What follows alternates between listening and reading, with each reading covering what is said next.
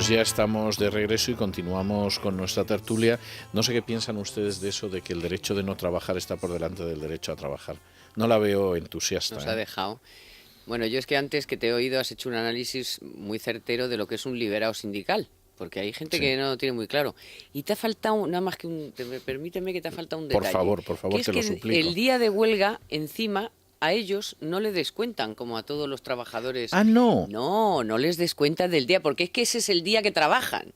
O sea, el único día que trabajan es el día que están de piquete, rompiendo autobuses, en fin, amenazando a la gente para que no entre a su puesto de trabajo. Claro, como ese día es el que trabajan, pues ese día no se lo quitan. No es que no le quitan ese día del sueldo, que todo el mundo tiene que saber, por si no lo sabe, que el día de huelga no es solamente un día de trabajo, es un día de trabajo, un día que te dan de baja en la seguridad social, la parte proporcional de las pagas, la parte proporcional de las vacaciones. Es decir, que bueno, no es que por eso yo esté diciendo a la gente que lo que tiene que hacer, es para que lo sepa. O sea, que mientras al que hace huelga le quitan todo eso, el liberado sindical no pierde nada. Y luego yo no sé en qué artículo de la Constitución han leído estos señores que el derecho a la huelga está por encima del derecho al trabajo. O sea, que me digan el artículo y el apartado, porque yo no conozco la misma Constitución que estos personajes, que son unos caraduras que cuando nos hemos enterado de las lindezas de sus sueldos y de por supuesto que siguen cobrando del puesto que nunca ocupan, porque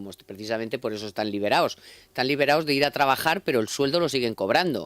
O sea, no es que el sueldo no lo cobren. O sea, que el señor Martínez no solo cobra los 180 y pico mil euros de ir al Consejo de Administración del banco, sino que además cobra su sueldo como empleado, que una vez debió de ser, no sé si se acordará, de una vez que pasó por un trabajo del cual le remuneran otros 60.000 o 70.000 euros al mes. O sea, que se levanta 250.000 euros al mes. Este señor, no está mal, no y está todavía mal. se permite ir ahí a tribunas de oradores a decir estas barbaridades, a insultar al que no está de acuerdo con la huelga, a llamar caverna a la gente, en fin, a insultar básicamente. Y ahora que ha hablado usted de insultos, lo relaciono con uno que intentó hacerle al vicepresidente de COE y presidente de CEIN, a Arturo Fernández, diciendo que no sabía de economía porque se dedicaba a poner cafés. Y Arturo, que es, además de ser un magnífico empresario, es un tío inteligente, dijo, pues sí, efectivamente. Primero, no me molesta que me digan que pongo cafés, por varias razones. En primer lugar, porque es lo que hago. Tengo una empresa de servicios, de catering, de cafetería, restaurantes, etcétera, y eso es una de las cosas que hago con mi equipo, poner café, ¿no? Y hombre, pero dice mucho del señoritismo de todas las castas privilegiadas en este país, aunque se disfracen de proletarios. Es decir, en última instancia es el mismo señoritismo. Es decir, poner un café es algo indigno. El camarero es lo dices indigno. Tú porque no has dado palo al agua en tu vida, claro. Claro. Y efectivamente no están ellos muy relacionados con la actividad laboral. Y mucho me temo, a través de las declaraciones que hoy han hecho, mucho me temo que la huelga va a ser muy violenta, va a tener unos focos bastante violentos, porque no va a ser seguida mayoritariamente, en mi impresión. Además, hoy creo que los funcionarios. Hoy CESIF ha dicho que no se suma, los taxistas han dicho que tampoco se suman, es decir, que yo creo que la repercusión va a ser pequeña. Pero al ser la repercusión pequeña, en donde haya repercusión tienen que generar ruido, ¿no?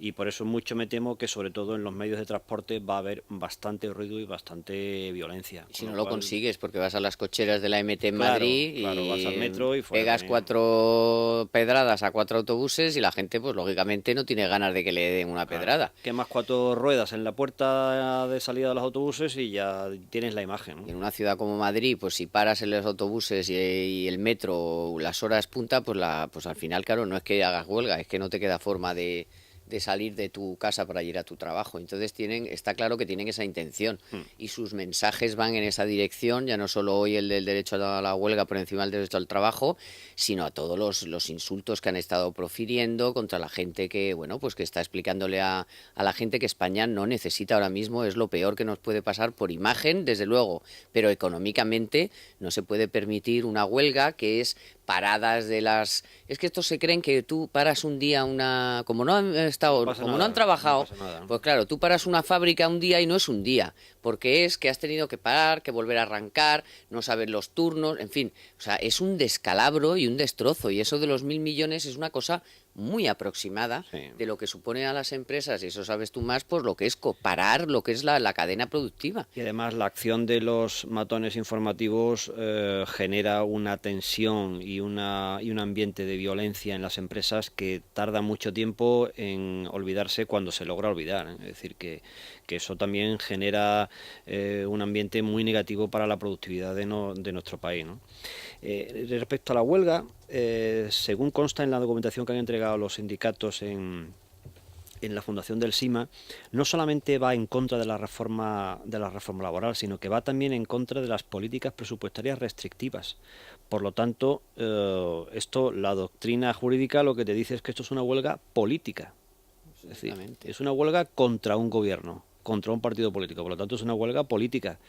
Lo que sucede es que como no tenemos una ley de huelga, pues no podemos hacer nada. Tenemos que esperar hasta después de la huelga, presentar denuncias ante los jueces de las violencias que se produzcan y esperar a ver qué dicen posteriormente, pero ya siempre será a posteriori.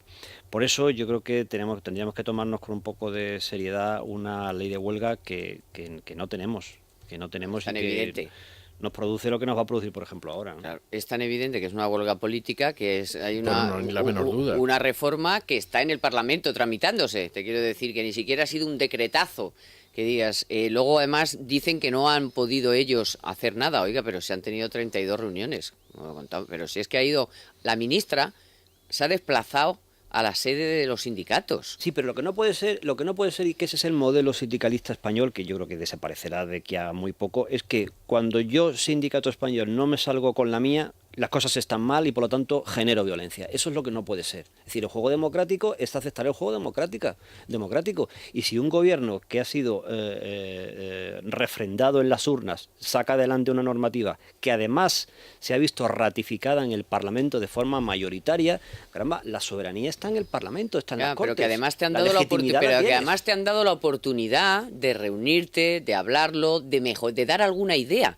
Si es que no han dado ninguna idea, o sea, su rollo es los derechos de los trabajadores, nos lo quitan todo, no lo quitan todo. Las conquistas sociales. Y los 5.300.000 parados que no tienen el derecho, ni a muchos de ellos, ni siquiera a un primer empleo han podido tener todavía el 50% de los jóvenes, es que yo no les oigo hablar en ningún momento de que les preocupe ni el desempleo, ni la tasa de paro, ni nada que se le parezca, solo los derechos de una parte de la sociedad, o sea, que les encanta cómo está la sociedad ahora mismo montada, que es unos privilegiados que tienen todos los derechos y otra parte que no tienen ninguno, ni el más básico, que es el derecho a un trabajo. O sea, se han negado a que los jóvenes puedan tener trabajos a tiempo parcial.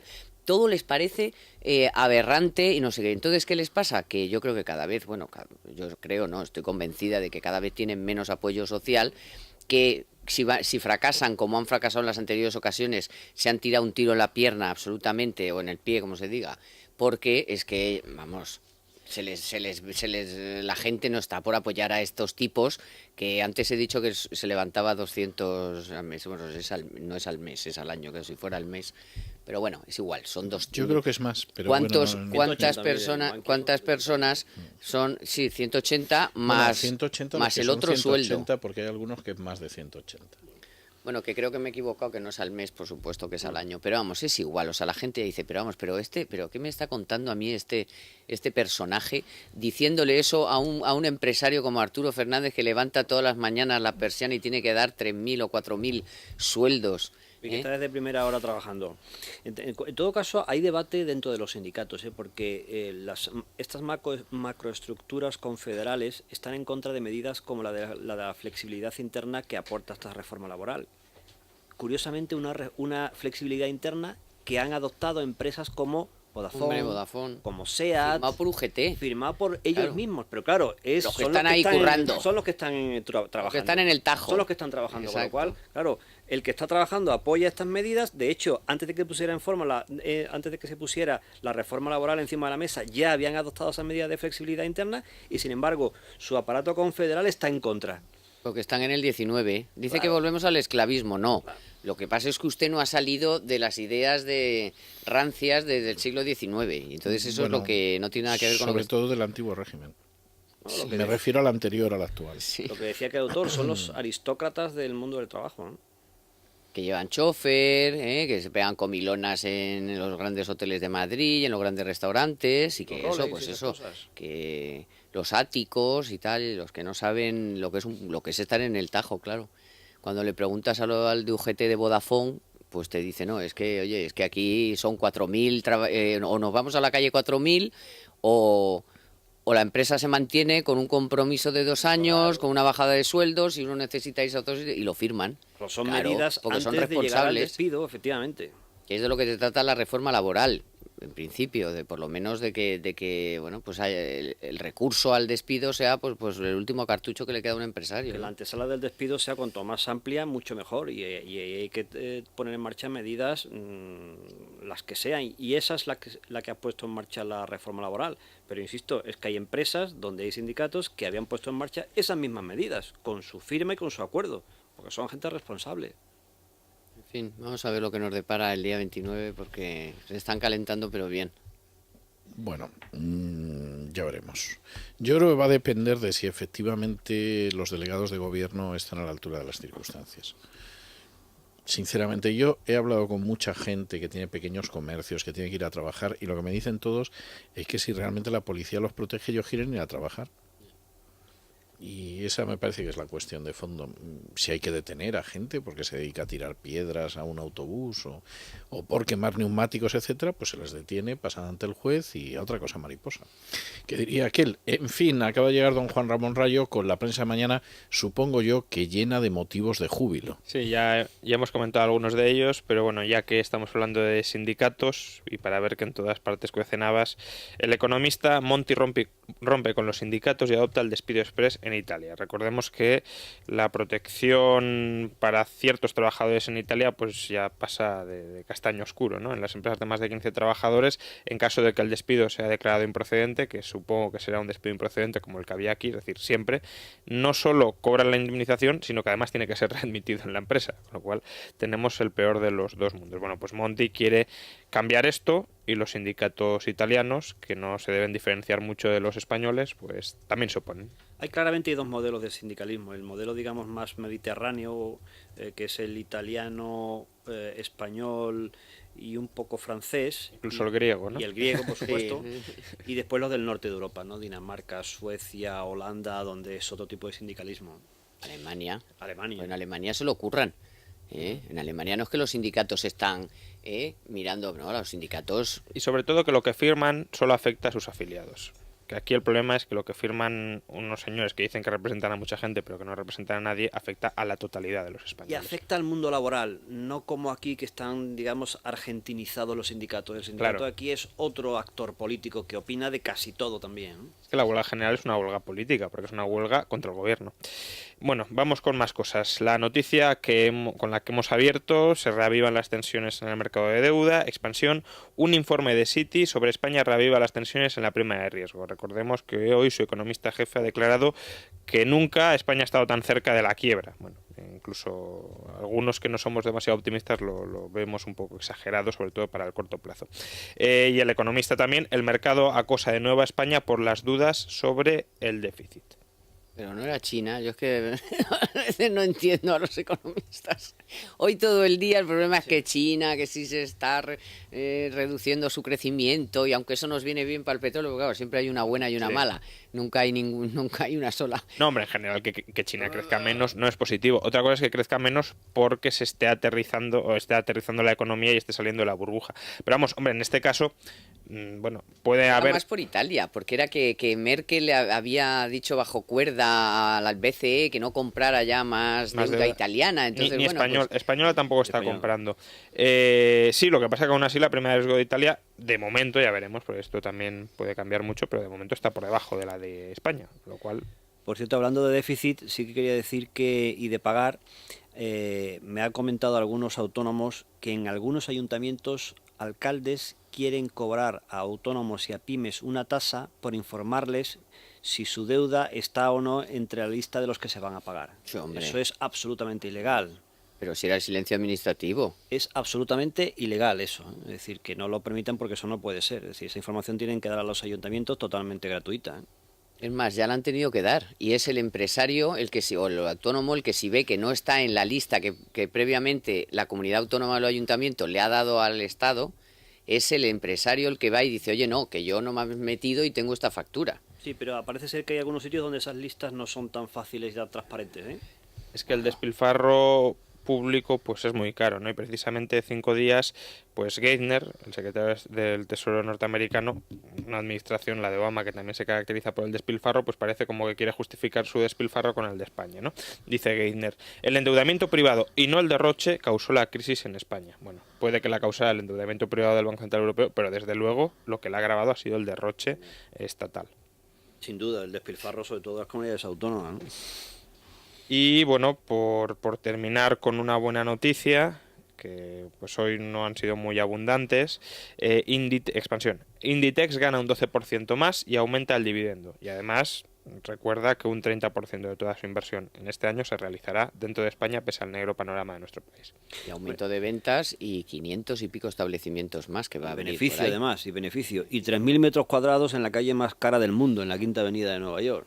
3.000 metros cuadrados. Eso me recuerda a veces cuando dicen, algunos sindicalistas dicen, no, es que como el empleo hay el que hay y por lo tanto hay que repartirlo. No, el empleo no hay el que hay que crear más empleo. Lo que pasa que es que el empleo lo crea el empresario, la pyme, el autónomo, ese es el que crea empleo. No solo eso. No es ahí el que hay. Los puestos de liberado sindical no los reparten.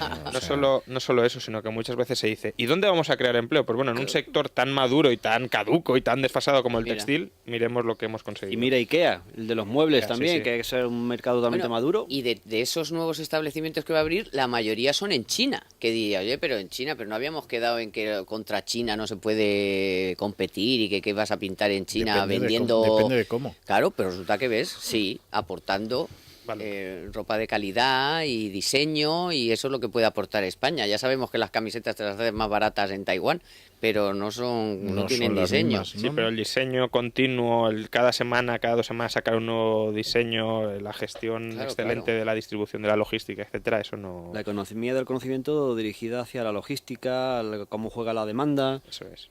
Y que las mujeres no ven, claro, si vas a Zara y todos los días tienen lo mismo, Sí. te quiero decir, el buen hacer está en que tú vas cada semana y sabes que vas a encontrar algo nuevo y distinto a lo que lleva todo el mundo ahora mismo. ¿Qué cambios desde cuando la ropa era de temporada? Sí. Y que te encontrabas a la gente por la calle, o sea, había cosas que decías, esto es de Zara. Bueno, ahora hace años que eso no pasa, o sea, porque han ido aumentando, cambiando continuamente los diseños y eso, pues claro, que es un éxito empresarial. Bueno, pues nosotros hasta aquí hemos llegado. Doña Carmen, don Francisco, don Juan Ramón, muchas gracias, muy buenas noches. Hacemos una pausa y vamos a tomarnos un respiro de cultura. Es la noche de César, con César Vidal. Es Radio.